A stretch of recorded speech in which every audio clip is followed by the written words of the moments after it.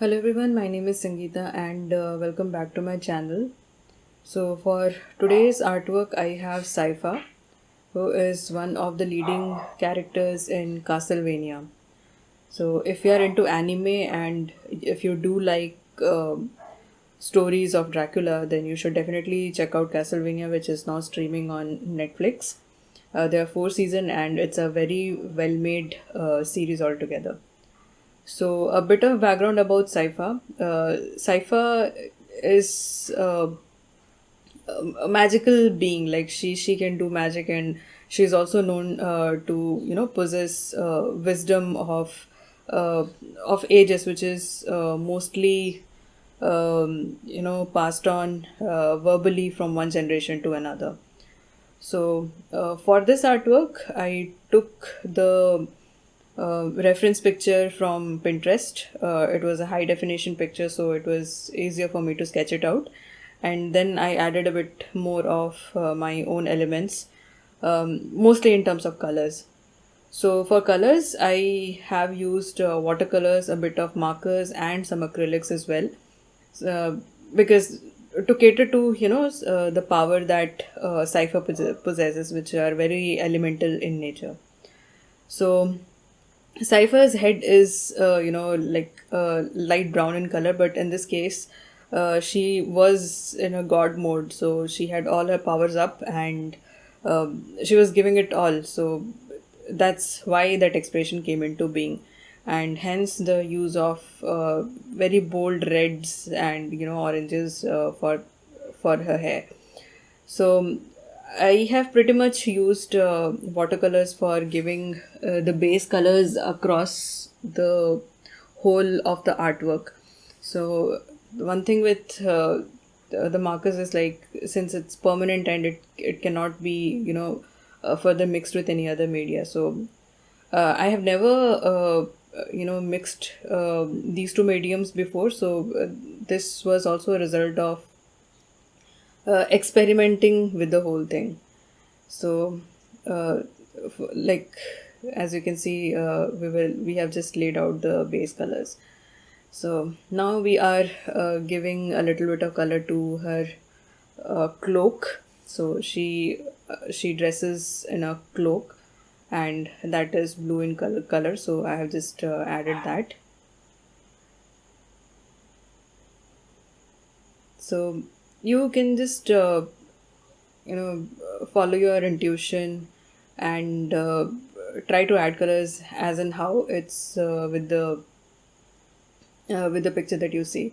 So in anime the colors are like very precise and to the point, and mostly it suits to work with markers. So now you can see that I'm using a bit of skin colored markers. So I think it would be wise to test out the colors before you are applying it to your artwork, and it goes both for watercolors as well as for the the markers that you are using. So uh, I do have a set which has a lot of grays in it. So as I mentioned, like, this was the first time I am experimenting, um, mixing these two media. So adding those little bit of grays gives it a more of a anime look, the clean and precise anime look that the original artwork is based on. So I have just proceeded with adding colors, waters as and where necessary, and as and where it was necessary to lay the um, background color. Um, so now I am using a bit of this markers, and just to keep the colors on point. So let it so you can see, like, how the whole thing processes.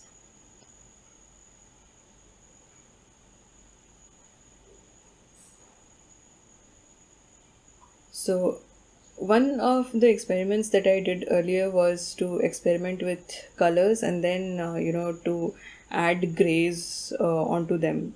So the other way you can do it is, first laying the gray color that we saw here, and then adding the color. So it does make a little bit of difference in the color that you are producing.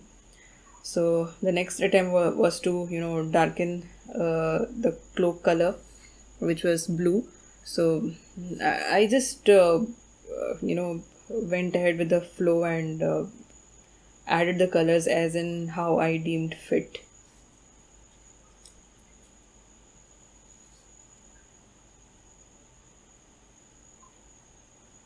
So we can see that the grays pretty much fade into the background. So uh, I think it would be much wiser to use the dark black color, uh, the black marker that you get with the set. So the markers that I'm currently using, as you might have already noticed, that there are two tips to it. So from one tip, which is like the pointy one, you can easily gain more control and draw crisp lines.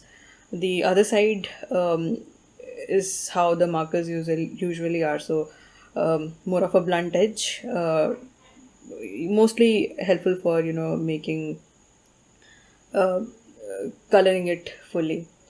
So I used the black and added more details to the hair as well.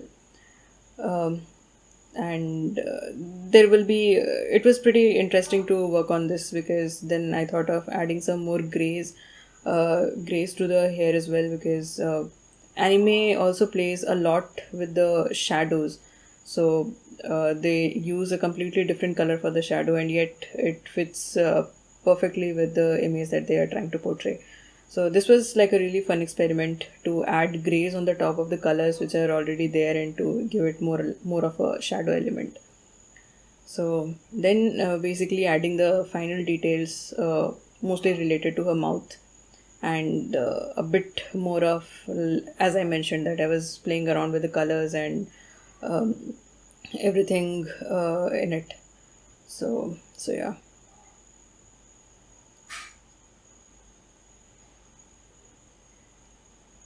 So if at all you are making mixed media, or even thinking of mixing these two media like watercolor and uh, markers, I would suggest that you try it out, certain small samples, and try to mix it and see like how the colors respond to each other, depending on which medium was applied first. So as you can see, like the first layer which I had done for the watercolors is like completely submerged and almost invisible, with the latest addition of colors on the top of it, which was basically covered by the markers. So now that I'm working, adding watercolors on the top of that, it makes a completely different appeal. So adding some more final details and a little bit of colors, darkening it basically, in the cloak and hands. So the idea here was to add a little bit of gold element.